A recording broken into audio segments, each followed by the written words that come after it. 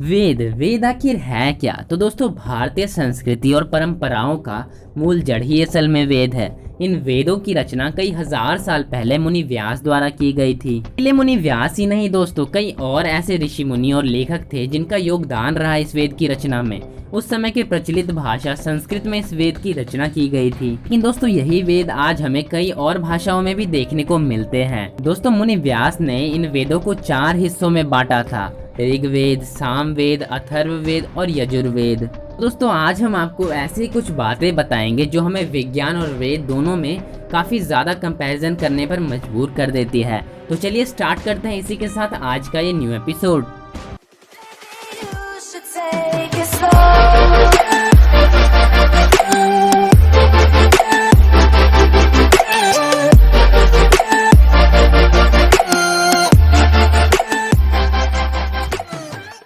तो गाइज, हमारा सबसे पहला कंपैरिजन है सूरज से लेकर पृथ्वी तक की दूरी का।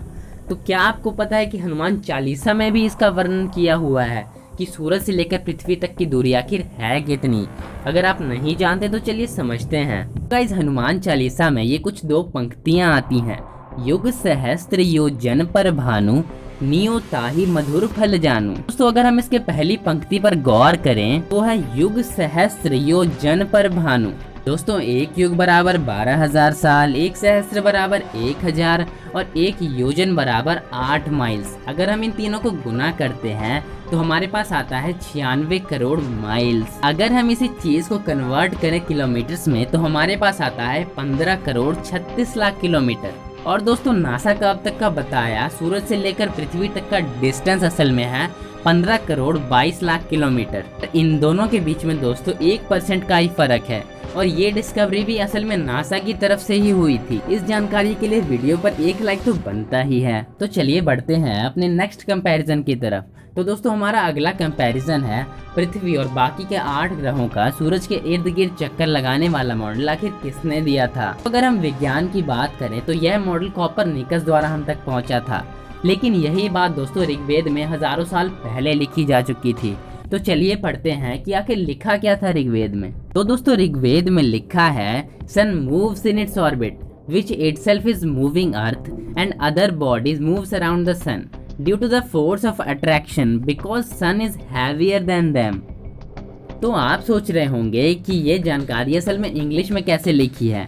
तो दोस्तों, ये असल में संस्कृत में ही लिखी थी, जिसे बाद में डिकोड करके इसकी कॉपीज बनाई गई जो कि इंग्लिश में बनी थी, और यही वे कॉपीज हैं जिन्हें आज हम पढ़ रहे हैं। तो गाइज, हमारा अगला कंसेप्ट है टेस्ट ट्यूब बेबीज का कंसेप्ट।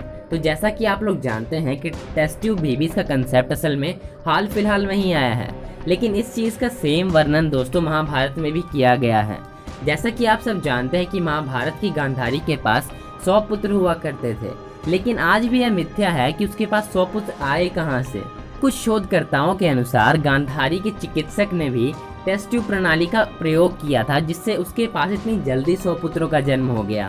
तो टेस्ट ट्यूब प्रणाली आखिर है क्या? तो दोस्तों, इसमें अंडर डेवलप्ड बच्चे को स्त्री के गर्भ से निकालकर किसी एक कंटेनर या फिर ऐसे ही किसी चीज में रखा जाता है, और दोस्तों पाइप्स के जरिए उसके खाने पीने का ध्यान रखा जाता है, और इसी के साथ साथ एक्सक्रीटरी सिस्टम का भी काफी अच्छे से मैनेजमेंट किया जाता है। वेल गाइस, हमारा चौथा कंपैरिजन है स्पीड ऑफ लाइट का कंपैरिजन, यानी कि रोशनी की गति का कंपैरिजन। असल में स्पीड ऑफ लाइट की एक्यूरेट वैल्यू सबसे पहले हमें ऋग्वेद से ही मिलती है। तो असल में ऋग्वेद में लिखा है कि 14वीं सदी में एक सयान नाम का काफी बुद्धिमान व्यक्ति था, जिसने अपने शिष्य को ये बताया कि सूरज की रोशनी असल में पृथ्वी तक 2202 योजन आधे निमिष में पूरा करते हुए आ रही है। यहाँ पर दोस्तों एक निमिष का मतलब होता है 0.234 सेकेंड्स और आधे निमिष का मतलब होगा 1/0.234 सेकेंड्स।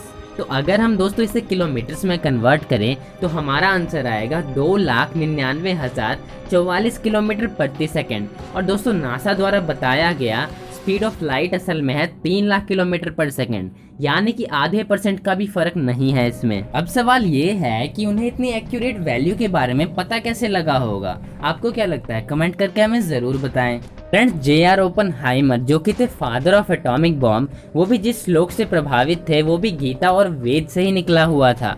उन्होंने भी दोस्तों वेद और गीता को पढ़ा हुआ था, जिससे उन्हें काफ़ी ज़्यादा इंस्पिरेशन मिली थी। उन्होंने गीता और वेद की डुप्लीकेट कॉपीज को नहीं पढ़ा, बल्कि उसके लिए संस्कृत लैंग्वेज को सीखा और ओरिजिनली वेद को पढ़ा था।